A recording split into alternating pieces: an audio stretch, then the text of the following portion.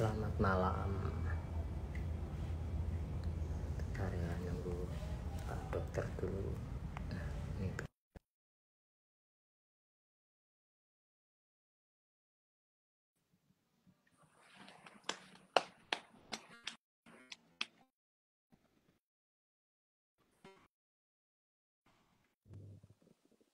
Selamat malam. Apa tuh? Ya apa tuh? Ya apa tuh? Selamat malam tuh. Ya apa tuh? Bab Kerungu 7 gak tuh? bagaimana? Kerungu aman. Suaraku Kerungu. aman ya? Oke. Suaramu aman. Rupamu sih Bab nggak tu aman. khusus. Iya bang. Tapi memang ya ini kita ini membahas buku yang mencengangkan gitu. Jadi ya Setuju. setuju ya. Jadi Setuju. mau tidak mau kalau kita membahas bukunya Jared itu. Dan pertama kali kamu baca bukunya Jared itu, mau tidak mau kamu akan sedikit atau banyak berubah cara memandang Ya, dunia ini dunia. ya. Mau tidak mau.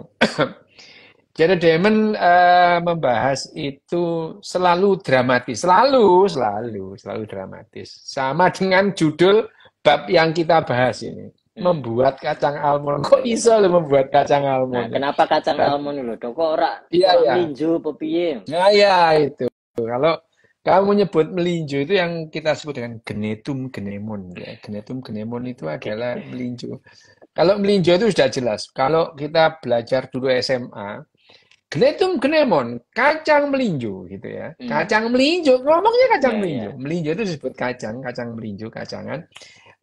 Melinjo itu adalah gnetum gnemon itu sebetulnya adalah tumbuhan atau ya tumbuhan monokotil yang sifat-sifatnya atau penampakannya seperti dikotil gitu.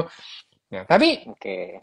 kenapa kenapa kenapa si Jared itu ya memang itu juga menimbulkan pertanyaan ya kan? Menimbulkan pertanyaan. Kenapa jadi dari judulnya bagaimana cara membuat kacang almond itu.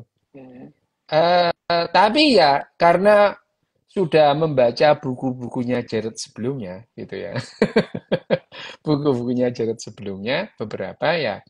Memang Jared itu selalu melihat dari sudut pandang, bukan dari sudut pandang manusia saja, gitu ya. Oke. Ya itu, bukan hanya sudut pandang manusia saja, tapi dari sudut pandang spesies yang dibahas itu dalam kacang almondnya ini, ya. Jadi kalau apa namanya Jared itu melihat domestikasi dalam hal ini. Kenapa dari membuat bagaimana membuat kacang almond dalam artian lu kacang almond itu beracun itu. Ya, Ya. ya. Ini seperti sebelumnya Jared membahas dari sekian banyak tumbuhan, sekian banyak jamur, itu lebih banyak yang tidak bisa dimakan manusia ketimbang yang bisa dimakan. Ya, Oke. jadi dalam artian dari sekian miliar spesies tumbuhan itu, sekian miliar spesies jamur yang bisa dimakan manusia itu beberapa itu. Yang lain itu beracun itu. Beracun itu ya, mematikan gitu. Termasuk kacang almond ini gitu. Bagaimana kacang almond yang kira-kira 10.000 tahun yang lalu itu adalah makanan beracun gitu ya. Di alinea pertama itu disebutkan bahwa yang namanya kacang almond ini lebih banyak mengandung sianida. Almond liar itu, almond liar. Kamu kalau makan Ya. nemu biji almond di hutan kamu makan, mati kamu gitu ya. Karena ya ini di bab pertama itu disebutkan.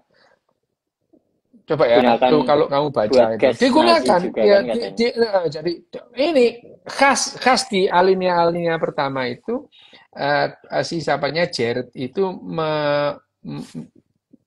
menarik minat atau menarik keinginan tahuan kita tentang apa yang dibahas Hmm.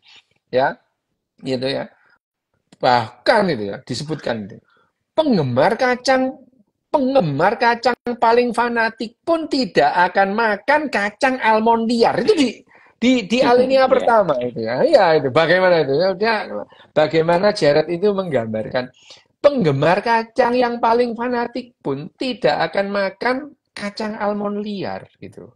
Karena beberapa apa dia kalau ngomong berapa lusin aja, beberapa lusin saja cukup untuk sianida itu untuk membunuh itu ya, membunuh manusia itu. Racun yang digunakan di kamar gasnya orang-orang Nazi membunuh kita ya. Ya, hutan penuh tumbuhan lain yang dianggap tidak bisa dimakan. Itu adalah apa alinea pertama di bab 7. Tapi pada dasarnya adalah bagaimana kacang almond liar gitu ya. Kacang almond liar yang mematikan mengandung sianida itu ya. Kok bisa sekarang jadi kacang mahal dan enak gitu ya. Nah, nah ini disebutkan di sini domestikasi tumbuhan itu berlangsung sejak 10.000 tahun yang lalu disebutkan oleh siapa Jared Diamond. Dan domestikasi tumbuhan ini di satu tempat dan di tempat lain itu beda-beda gitu ya. Misalnya di bulan sabit subur di mana ya yang bulan sabit subur itu mendomestikasi pertama itu adalah jelai itu ya gandum kayak gandum gitu ya, jelai terus kemudian juawut gitu. Tapi di bulan sabit subur tidak pernah mendomestikasi umbi-umbian seperti di Cina, di Asia Tenggara, di Papua gitu, tidak ada. Itu disebutkan juga di sini ya, bagaimana para petani awal itu mendomestikasi tumbuhan. Nah, tapi ini ada lagi nih. Pada bagian yang unik itu apa namanya?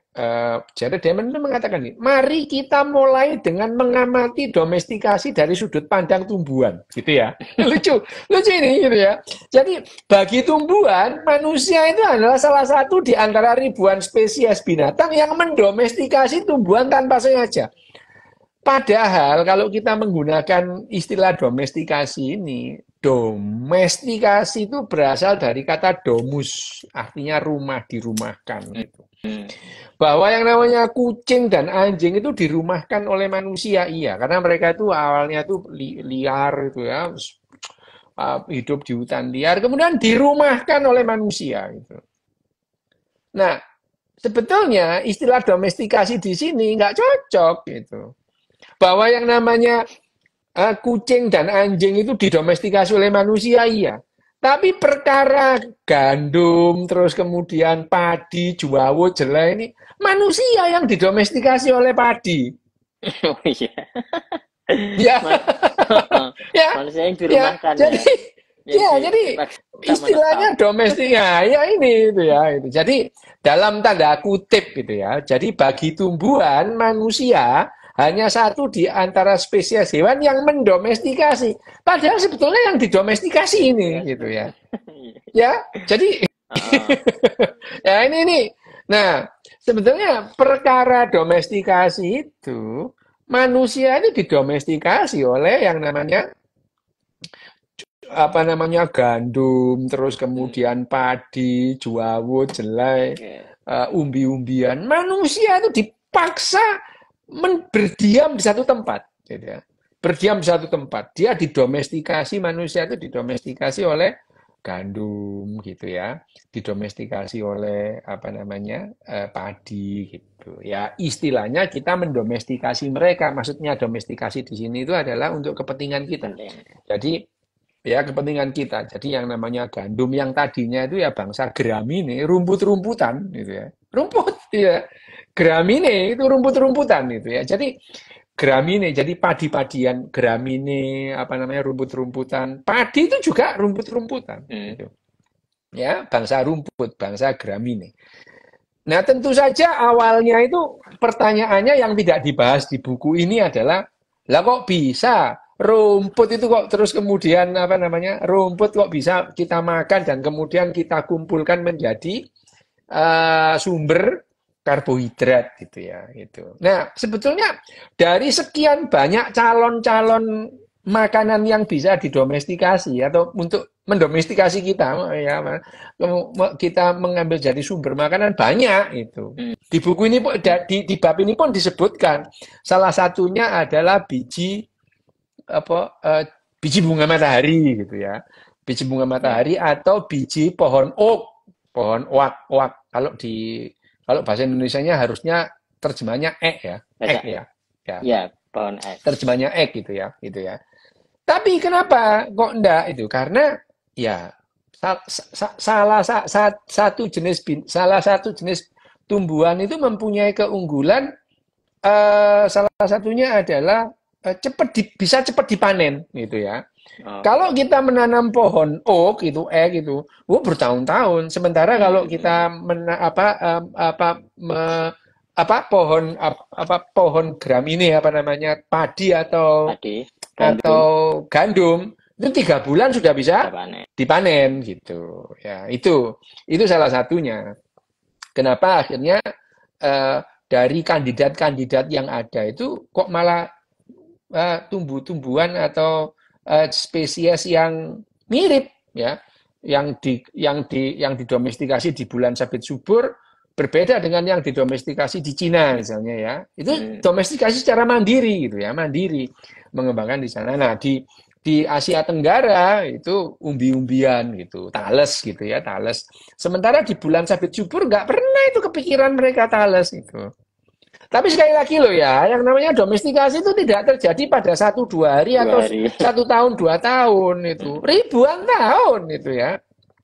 Nah, di bab ini seperti biasa ya, Jared Diamond itu menjelaskan dengan rinci itu. Kok bisa gitu ya? Tentu saja dia membandingkan ya, misalnya kalau kita berbicara mengenai mengenai padi-padian, mengenai gramine itu kita sudah mendomestikasi sejak 10.000 tahun yang lalu. 10.000 tahun. Tapi 10.000 tahun yang lalu itu plus minusnya banyak, itu 2.000 tahun gitu ya. Jadi mulai manusia itu mengenal yang namanya gandum atau padi bisa dimakan sampai kemudian ditanam dalam jumlah yang besar dalam satu tempat yang namanya sawah itu perlu waktu sekitar 4.000 tahun. 4.000 tahun gitu ya. Jadi kalau kita suwe loh 4.000 tahun itu ya, itu. Suwe itu 40.000 tahun itu ya. Ini ada yang nanya perbudakan, nanti itu perbudakan dikolaps ya itu. Ini kita di Ganjem and Steel itu perbudakan dibahas di belakang-belakang ya nanti itu. Ini kita membahas masalah domestikasi tumbuhan dulu itu ya. Perbudakan nanti itu ada bab perbudakan. Perbudakan sangat berhubungan dengan penemuan manusia tentang gula ya. Itu nanti itu ya. Nah, domestikasi tumbuhan di sini domestikasi tumbuhan ini juga pelan-pelan gitu. Misalnya domestikasi tumbuhan atau tumbuhan yang mendomestikasi manusia sebetulnya adalah varian-varian yang sebetulnya letal gitu ya. Letal itu dalam artian mereka tumbuhan binatang tumbuhan jamur itu selalu bermutasi gitu. Nah, sebetulnya varian-varian yang mendomestikasi manusia itu adalah varian-varian yang gampang mati gitu. Disebutkan di bab ini. Sebetulnya yang namanya gandum atau padi itu dia cepat jatuh dan berkecambah gitu ya. Berkecambah gitu. Tapi ada varian-varian yang enggak cepat gugur gitu. Dia nempel terus di batangnya itu. Nah, tapi varian yang begini menguntungkan manusia gitu. Karena enggak jatuh, enggak berkecambah, tetap nempel di dahannya, bisa dibawa pulang gitu ya. Dibawa pulang awalnya gitu ya, dibawa pulang ditanam, akhirnya karena ini ditanam ya akhirnya varian ini yang lebih banyak daripada varian yang gampang jatuh terus kemudian jadi kecambah gitu ya, dia tumbuh gitu. Jadi sebetulnya ini varian-varian yang gampang mati tapi karena bekerja sama dengan manusia akhirnya dia berkembang jadi banyak. Jadi ya sebetulnya sekali lagi, istilah domestikasi lebih tepatnya bahwa yang manusia yang didomestikasi oleh gandum dan padi, gitu ya. Dan dia betul-betul manusia ini jadi budaknya padi dan gandum, gitu. Betul itu ya. Lo bener, gandumnya itu apa namanya, gandum apa namanya dijaga gitu ya, dijaga. Gandumnya kurang air kita airin gitu ya. Ada hama-hamanya kita usir. Itu betul-betul tuan kita itu. Ya jadi ya itu adalah dari yang namanya domestikasi. Dalam hal ini domestikasi gandum dan padi itu sudah jelas bahwa sebenarnya yang didomestikasi itu adalah manusianya. Nah, almond sendiri itu ya, bagaimana petani itu awalnya mendomestikasi tumbuhan tanpa menyadari, tanpa disadari tentu saja gini. Nah, kalau kita apa namanya, kalau kita itu membahas yang namanya bagaimana kira-kira manusia dulu itu akhirnya apa namanya, bagaimana kita ini akhirnya itu kok bisa kita itu makan gandum itu, kita kira-kira bagaimana gitu ya gitu, kira-kira bagaimana gitu. Nah, kira-kiranya adalah pada saat kita sudah kenal api gitu ya. Nggak mungkin manusia itu makan gandum, makan padi kalau nggak ada api. Kamu itu nyesil kayak burung gelatik gitu apa gimana gitu. Kan nggak mungkin gitu ya. Karena kenal api gitu. Jadi kalau bayangkan aja kalau kita nggak kenal api, kita nggak bakalan makan padi, makan umbi-umbian itu. Nggak mungkin kamu geragotin akar-akaran, itu nggak mungkin itu dulu ya, nggak mungkin. Yang paling mungkin manusia belum kenal api atau tidak membudayakan api itu adalah ya makan buah-buahan yang sudah jelas-jelas manis, menghasilkan gula gitu ya. Yuk kita makan coklat ya. Ya, kates gitu ya, dipangan, pelem dipangan, beri dimakan gitu ya. Yang paling banyak di mana? Di hutan itu ya beri gitu ya.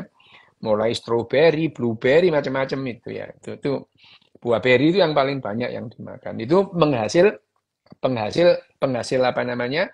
Penghasil kalori yang banyak, yang instan itu. Di samping adalah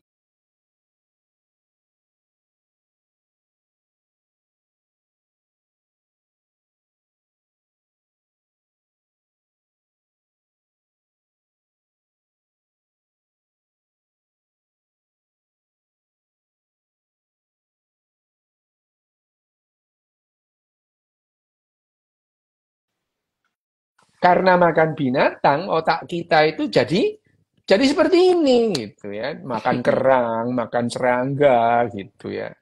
Jangan dibilang bahwa manusia itu tidak perlu makan binatang itu ya itu. Nah, sama dengan ini.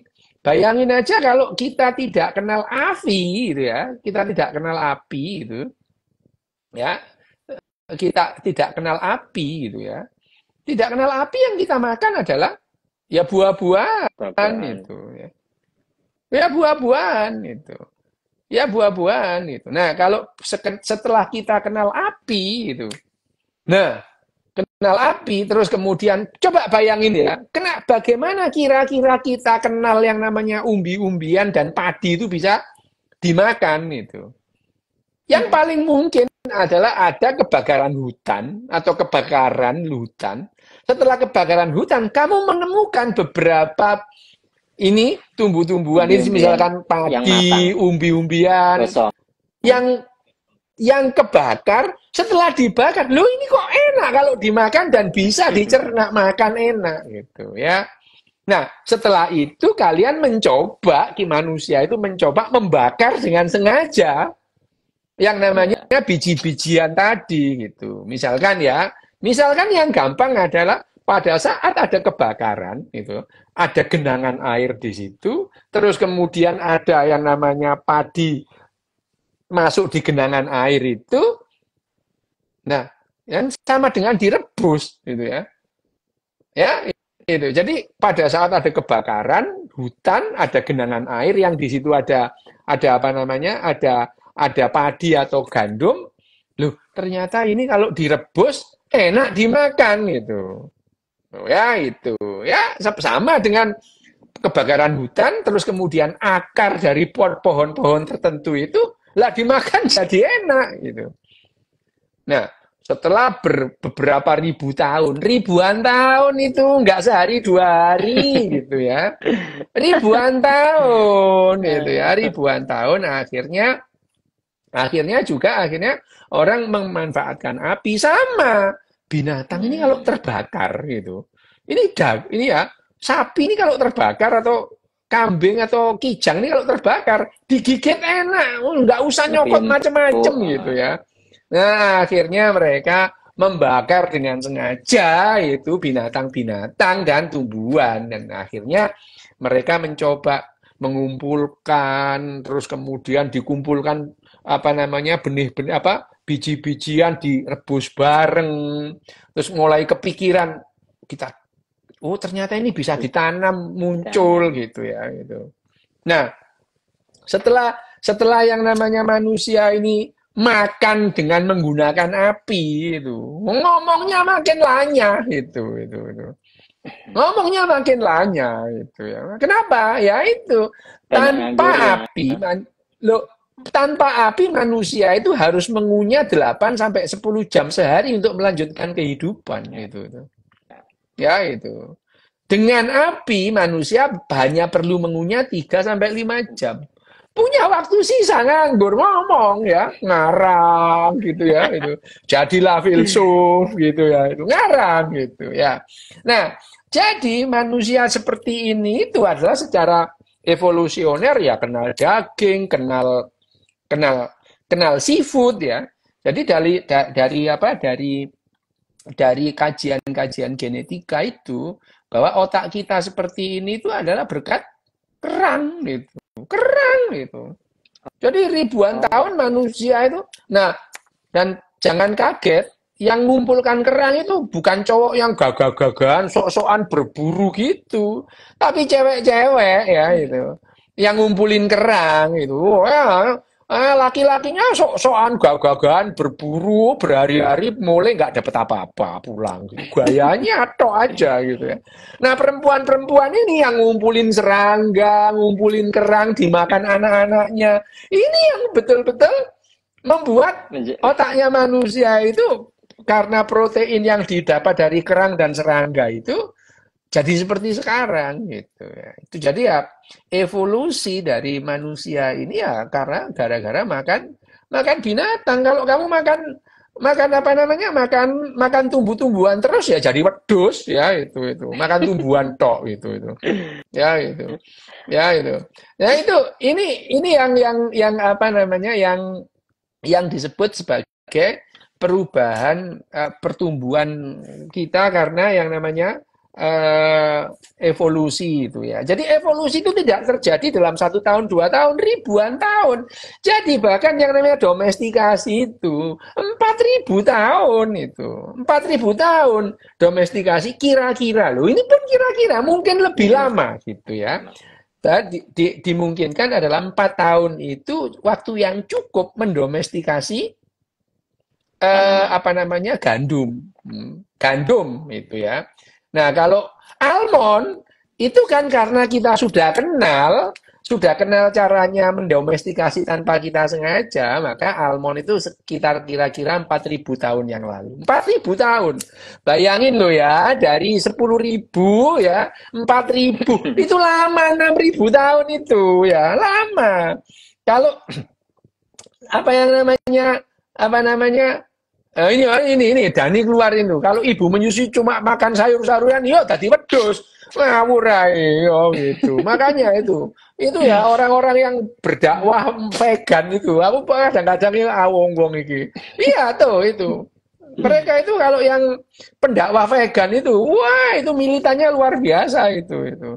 Militannya luar biasa. Wow, sampai di kamar operasi pun itu berdakwah. Untuk kita itu makan tumbuh-tumbuhan. Oh ya, berdakwah mereka itu.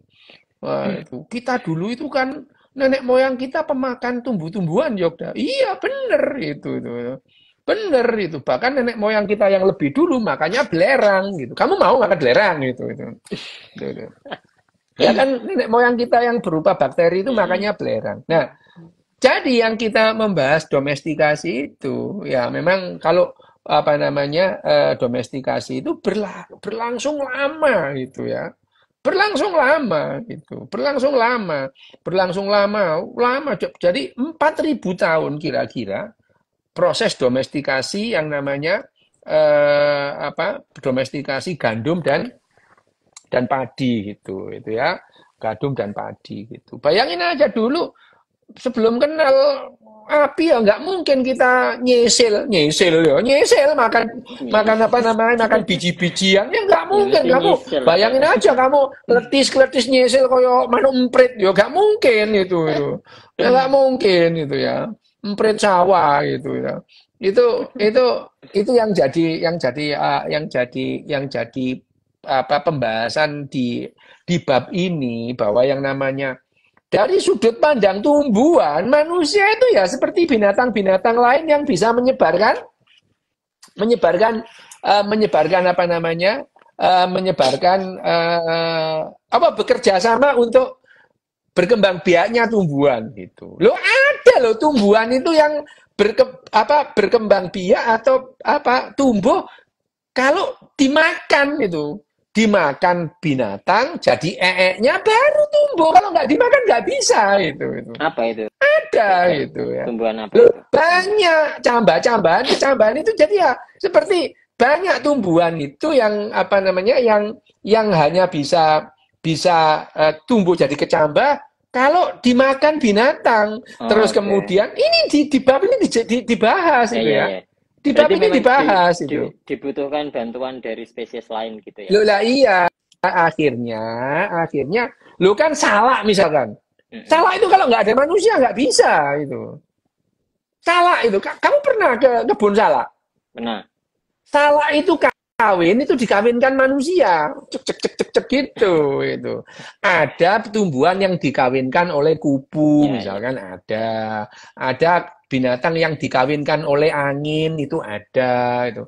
Ada binatang yang ada tumbuhan yang dikawinkan oleh manusia. Ada salak itu termasuk tumbuhan yang dikawinkan manusia. Kalau nggak ada manusia nggak ada salak ini gitu ya itu.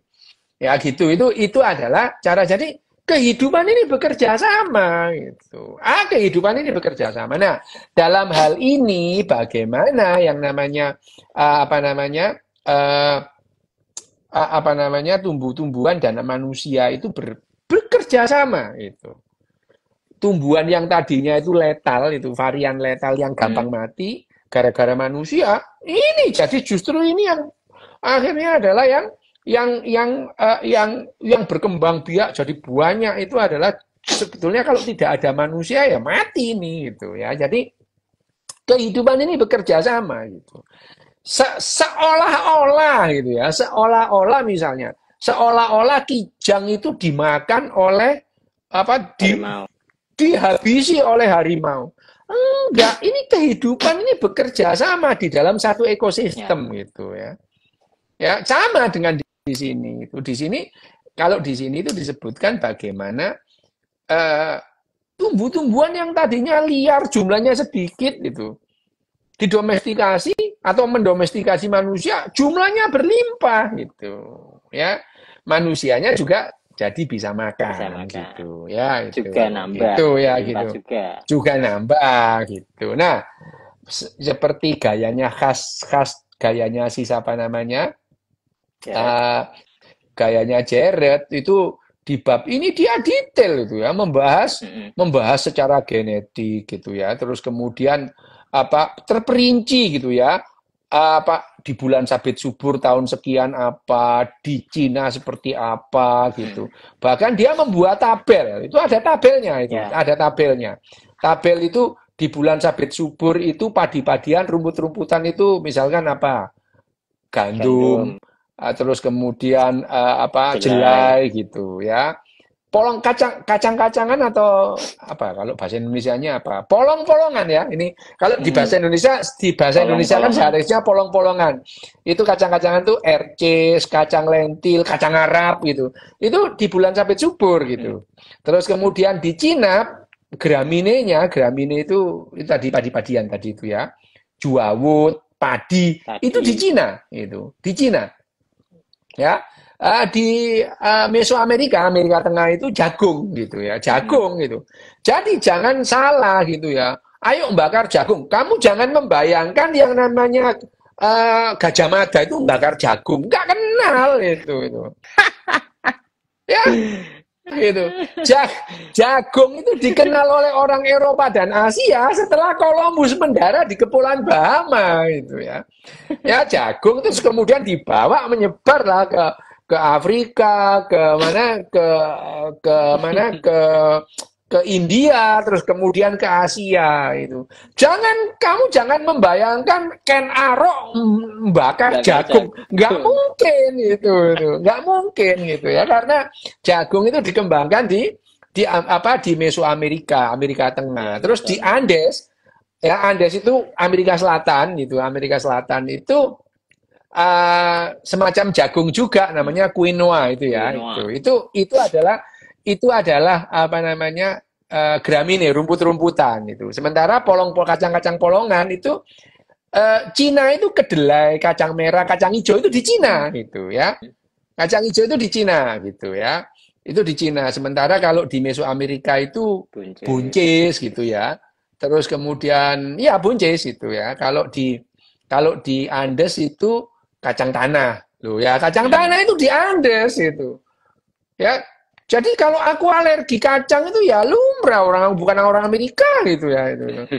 Ya, jadi kacang itu kacang tanah gitu ya. Kalau kacang panjang itu di Afrika gitu ya. Kacang panjang itu di Afrika. Kacang hijau itu ya salah satunya ya di India gitu ya, gandum gitu. Di India gitu ya. Itu ditulis itu. Nah, karena memang ini adalah buku yang berangkat dari sebuah penelitian gitu ya. Tesis aku baca tuh itu 3.000 lebih halaman itu. Pak Poco itu. Bagus ya, tapi kalau kamu suka baca tesis, kalau enggak ya wis moco iki enggak, ini lah, aja gitu terang ini dia wis mumet das kok. Ya itu.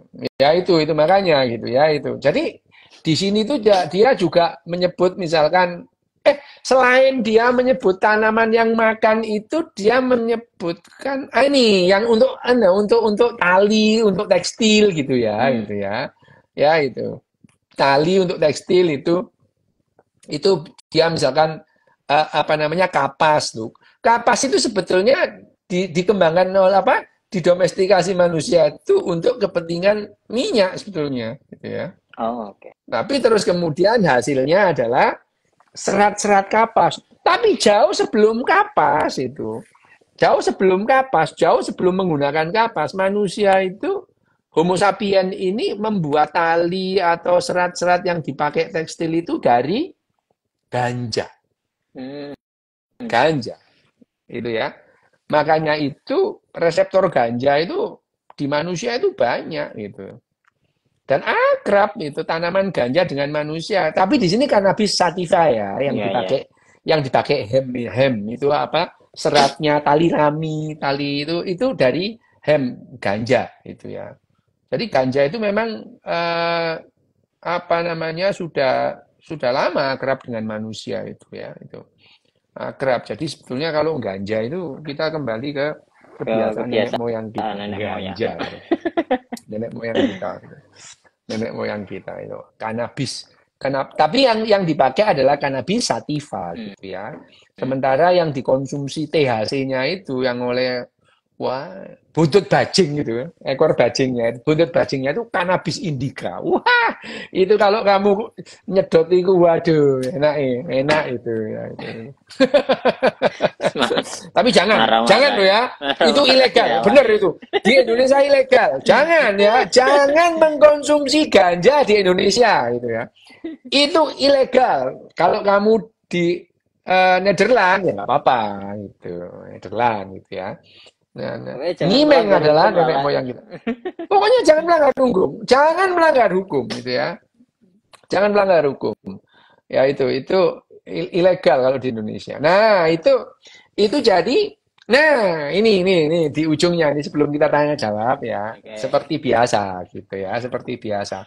Di akhir dari bab ini ya, di akhir dari bab ini baru kita tahu maunya si Jared ini apa gitu ya gitu. Jadi Jared ini ngomong soal yang namanya almond, ngomong soal jelai, ngomong soal apa namanya?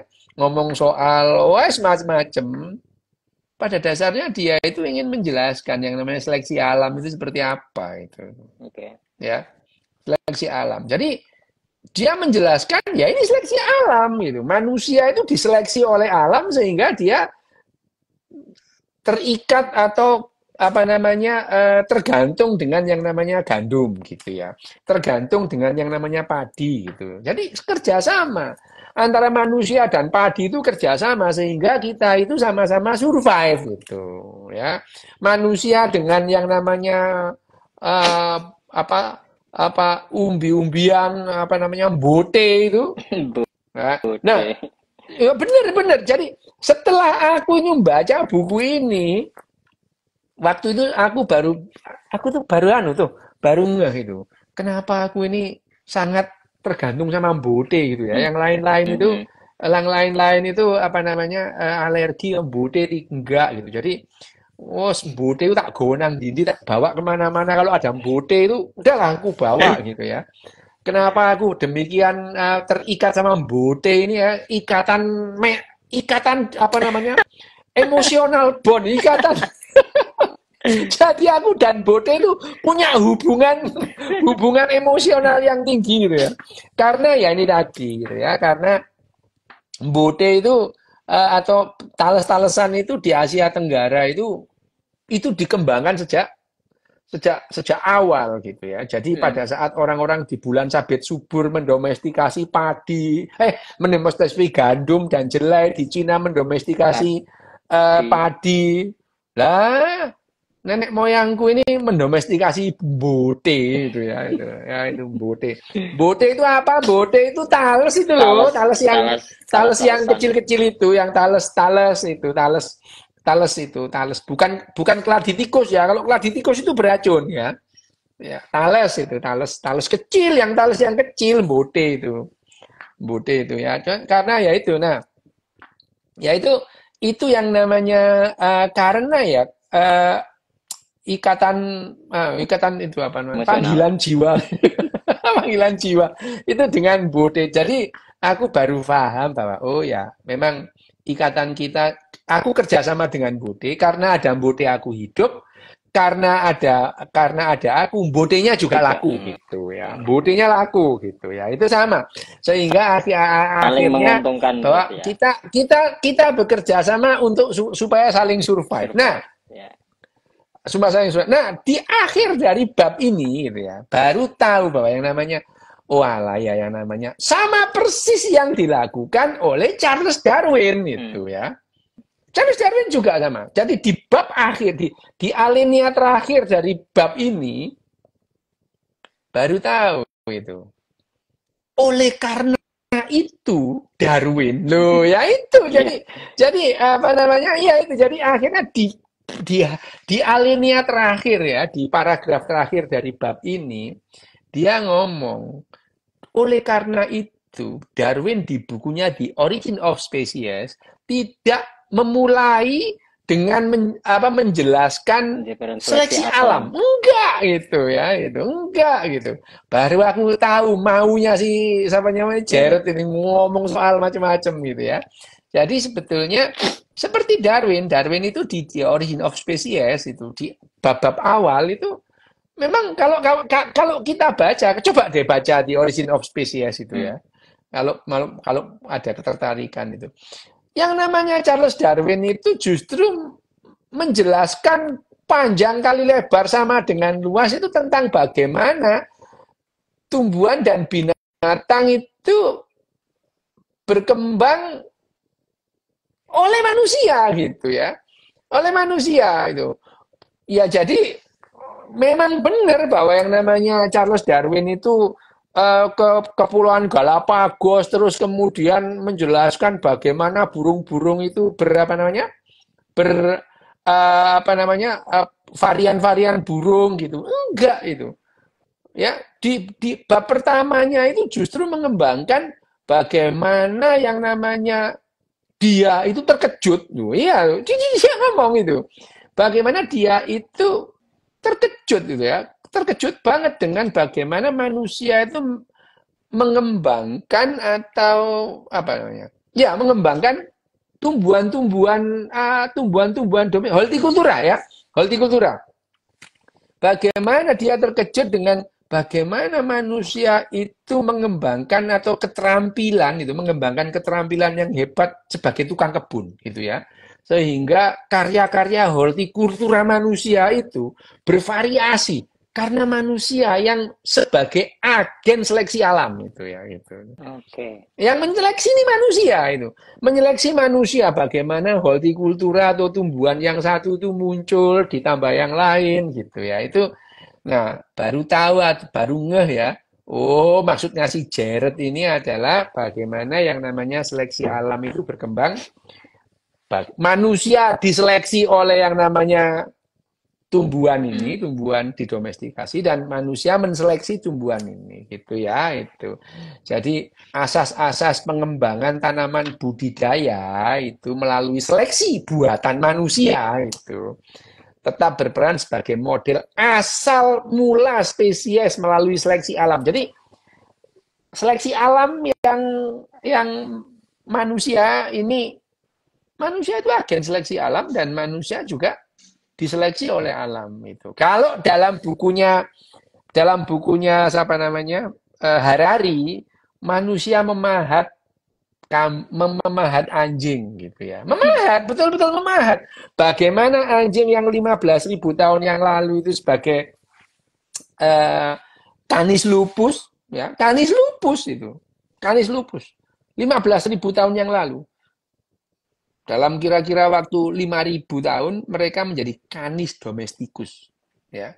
Dan Canis domesticus itu dipahat oleh manusia, ya, oleh Homo sapiens, menjadi bermacam-macam. Ada yang pudel kecil, ada yang malamut gede gitu ya, ada yang Siberian Husky gitu ya. Gitu. Itu dipahat oleh manusia. Gitu. Ya, mereka masih spesies yang sama. Antara pudel dengan Siberian Husky, dengan herder, bahkan dengan malamut itu spesies yang sama. Tapi nggak mungkin pudel cowok ngawinin malamut, nggak cukup, nggak bisa itu, perlu ance-ance gitu ya, gitu.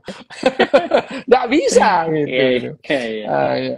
Nggak bisa gitu ya, itu. Jadi itu yang disebutkan di di alinea terakhir itu dia membahas lagi atau mengingatkan kita bahwa ide seleksi alam itu ide seleksi alam itu dikenalkan oleh Darwin dalam The Origin of Species gitu ya. Tapi di awal banget dengan cerdiknya itu ya, si Darwin itu nggak langsung bahas seleksi alam, tapi dia membahas mengenai bagaimana manusia itu menanam hortikultura, terus mengembangkan variasi-variasi. Itu pijakan sebagai pijakan menjelaskan apa yang namanya seleksi alam gitu. Jadi memang Darwin ini memang oke lah ya, bagaimanapun juga Darwin ini ya guru spiritual gue lah ya itu ya, bagaimana dia menjelaskan lo Ya, iya gitu. iya, iya. Darwin dan ya Carl Sagan ini betul-betul guru spiritual lah ya gitu ini. Nah, bagaimana dia menjelaskan segala sesuatunya itu dengan sederhana, Ya. sederhana banget lah itu, sederhana banget itu ya. Ya nanti bacalah ya, Siap. bacalah. Aku nggak bisa baca gitu. Jadi kalau kamu diperintah Ngawur, bacalah, jawaban ngawur, aku ngawur. nggak bisa baca gitu. Ngawur. Bacalah The Origin of Species itu. Ya, oke, Oke, wes itu ada dulu. Oke, pertanyaan. pertanyaan apa lagi? Ini dijawab singkat-singkat. Oke banget, 14 ya, Ter. Ya, Oke, apa? Oke. Dok, korban gigitan buaya karena dikira neneknya itu termasuk seleksi alam. Gue gitu mati sampean Wah, ini iki sapa iki? Jame urusan. Faisal. Iki pertanyaan ya lo disentol pare iki lho. Apa ya? Gigitan buaya karena dikira neneknya lah. Kok niki lho nenek kok buaya kok niku ngimpi apa? Wes, gak usah dijawab. Iki apa ya arek iki? Wah, Mati sampean iku mbuh wis aku ora Wis gak melu-melu jelas mati. arek-arek iki ngono. Maaf jika melenceng, Dok. IQ rata-rata orang Indo berapa tahun yang lalu kan katanya 78, belakangan kok 92 penjelasannya. Yang survei beda gitu ya. Oke. Karena yang diperiksa itu bukan semua orang, itu tergantung metodologi samplingnya gitu ya. Pernah memang ada satu lembaga yang yang mempublish yang namanya IQ orang Indonesia itu 78,4 itu ya, 78,4 betul gitu ya. Berbeda dengan ada survei yang yang mengatakan 94. Beberapa bulan yang lalu ada survei yang menyebutkan 84 gitu ya, gitu. 84 yang aku ngomong di mana? Di ruang literasinya, rumah literasinya Pak Willy itu. Karena paginya itu aku lihat ada yang mensurvei itu 84 itu ya. Tapi ya dari sekian banyak survei tidak ada yang melebihi 100 itu. Orang Indonesia ini. Wes lah, makanya kalau Jadi IQ-mu di bawah 100 itu ya nggak usah belajar aneh-aneh. ilmu Nggak sains. usah belajar Nggak fisika usah. kuantum. Nggak usah ngomong sains lah, belajar tenaga dalam aja gitu. Itu ya. Cimo, cimo. Ya udah itu. Jadi ya ada yang 92, ada yang 84, itu tergantung samplingnya gitu. Kalau yang kamu periksa itu misalkan sampel kebetulan itu Cito yo 1,9 gitu, 1 sebe gitu ya itu. Oke. Kebetulan yang kamu periksa aku ya. Misalnya tapi kalau sudah 92, 84, 78 wis nggak usah belajar sains lah, udah belajar tenaga dalam aja gitu. Next. Seleksi alam atau Ya, original apalagi pada hukum tabur tuai perbuatan manusia? nggak ada. Ayo, opo tabur tuwe, apa? Barang siapa menabur akan menuai. Siapa bilang? Kamu nggak ada itu tabur tuwe itu. Omong kosong lah itu. Dok, psikosomasis dalam sisi neuroscience itu fenomena apa, Dok? Kok fenomena itu bukan fenomena, itu sudah pengetahuan itu ya. Oh iya. Psikosomatis itu bukan lagi fenomena. Tak kasih tahu sekali lagi.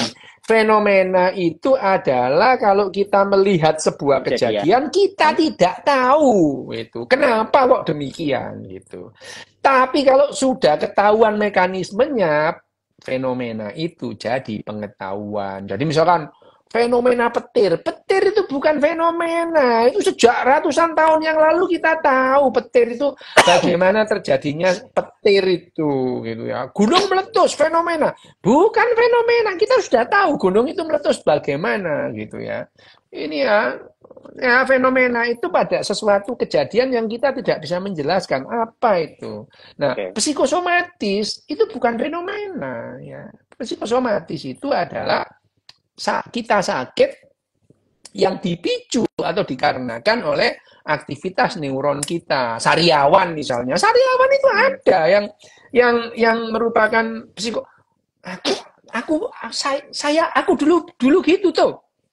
Ya, dulu itu gitu aku itu dulu tuh sariawan terus itu. Nah, lama-lama aku perhatikan ya, sariawanku itu kalau aku menjelang ujian gitu. Padahal aku tuh nggak pernah takut ujian itu malah seneng gitu ya. Tapi sariawan itu. Nah, akhirnya pada saat aku kuliah, ternyata memang iya sariawan itu ada yang psikosomatis itu. Nah, pada saat itu semester 7.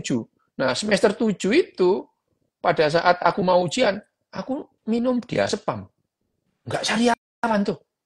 Bayangin aja. jadi aku itu gara-gara dia spam, gara-gara Valium, aku nggak sariawan. Wah, setelah itu aku mau mengkonsumsi Valium for the sake of untuk demi nggak sariawan sampai sekarang. Sampai Jadi sekarang. sejak saat itu aku nggak, iya itu sariawan. Jadi yang namanya fenomena apa namanya psikosomatis itu bukan hanya karena kita cemas, enggak.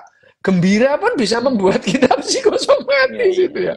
Jadi terlalu seneng itu juga bisa membuat penyakit psikosomatis tadi. Itu bukan fenomena, ya. Oke. Dok, bukankah buku ini ingin menyampaikan bahwa perkembangan berbeda karena faktor geografis, bukan seleksi alam? Ya, geografis itu ya seleksi alam itu. Geografis itu seleksi alam di sini, alam di sana tuh beda gitu ya itu. Jadi yang namanya seleksi alam itu variabelnya banyak, manusia, iklim ya, tempat itu ya seleksi alam gitu ya. Cuma tempat ya berarti ya. Lah kamu kira seleksi alam itu ono panitiane menyeleksi gitu ya enggak gitu. Oke. Kamu kira gitu. Dok, gimana otak mempengaruhi bagaimana menilai menarik tidaknya cewek, atau itu karena faktor budaya? Lah kan kita sudah bahas itu di di why is sex fun itu, Pak. Kenapa seks itu menarik itu ya itu. Kenapa seks itu asik itu kita bahas itu. Nih Dok, kenapa Sapien merasa penting berada? Itu lagi apa? Gitarisnya Guns N' Steel itu yang pakai topi. Iku Guns N' Roses ngawur. Dok, kenapa Sapien merasa penting keberadaannya? Apa ada kaitannya dengan sistem kerja saraf? Yo, ada. Oke. Yes. Kan jelas. Ada. Dok, di Cina sudah ada gen editing pada berbagai crop seperti kedelai, jagung, gandum yang tahan hama dan yield lebih tinggi. Kenapa di Indonesia belum ada teknologi seperti ini ya?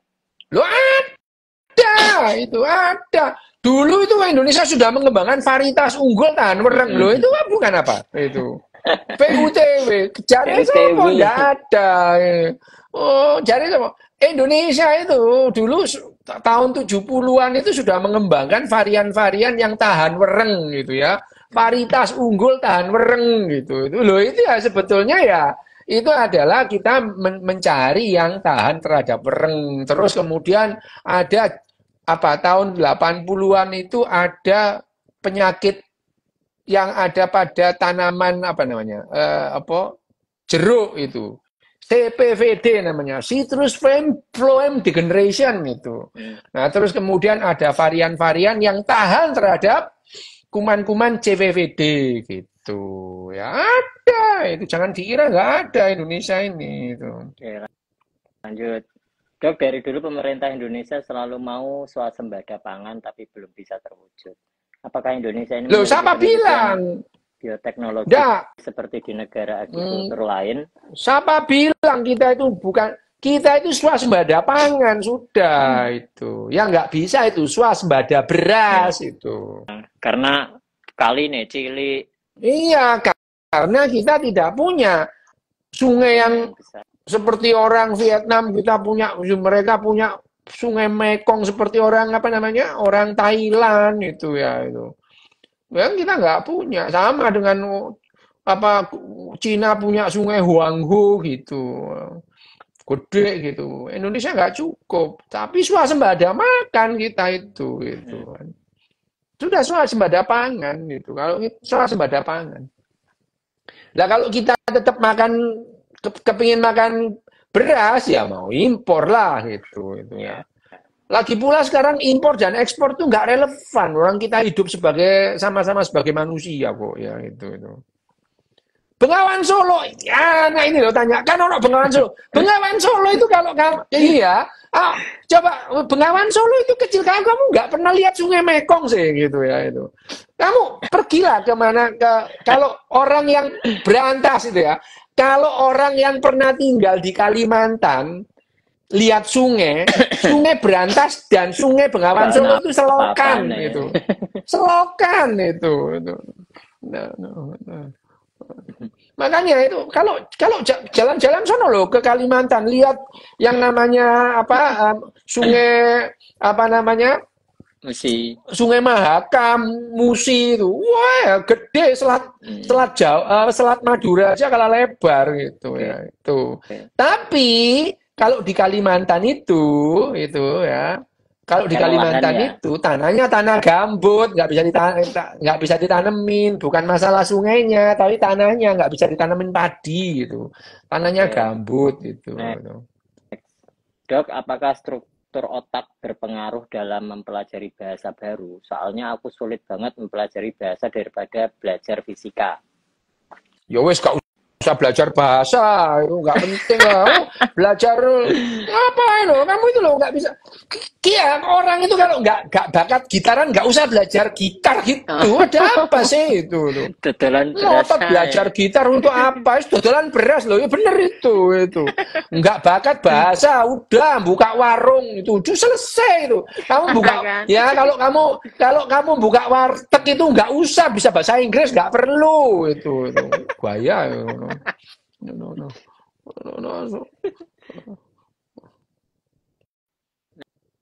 Nah, Dok, kalau kita tidak meyakini penunggu pohon simbungan, langsung terseleksi dari komunitas pohon simbungan. Iyalah, kamu dihujat kamu. Ya, kamu kalau jadi orang biasa-biasa nggak usah kebanyakan gaya gitu. Kecuali kalau darah biru nggak apa-apa. Oke, Dok. Apakah benar intermittent fasting membuat otak lebih pintar? Iya. Nah, ini pertanyaan ini wis ketok kon pinter apa gak ngono.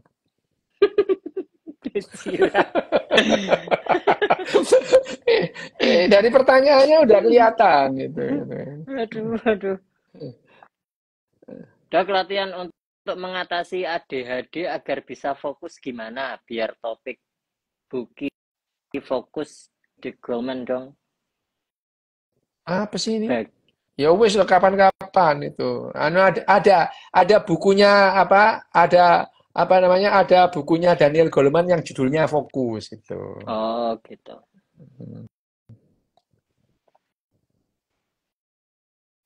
Apa benar Indonesia stunting, Dok? Makanya perlu makan bergizi gratis. Ini yang pertanyaan begini biasanya orang stunting. Dok, mohon penjelasan tentang pemberian hormon testosteron yang ditunjukkan untuk perbaikan kualitas hidup. Kamu datang ke dokter ya, biar dijelasin. Oke. Dok, apakah IQ dan SDM manusia bisa dibentuk oleh manusia lainnya? Wah, bisa lah, sangat bisa itu ya. Sangat bisa.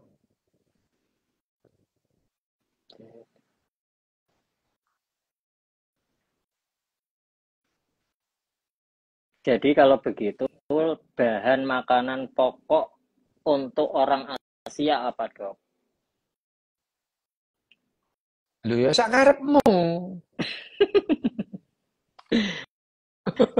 Ya terserah kamu, mau makan nasi lah, makan nasi terserah kamu itu.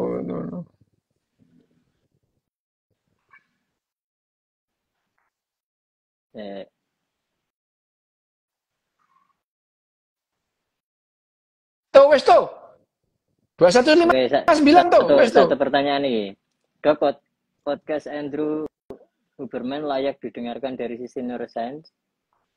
Ya, layak nek kalau mau gitu ya. Oke, siap. Layak sama mau itu beda. Aku bilang layak, kamu nggak mau dengerin ya percuma ya. Oke, podo aja. Terima kasih Pak Dok. Oke. Teman-teman. Oke. Selamat malam, nanti lanjut bab 8. Kalau Situ. Oke. Selamat malam.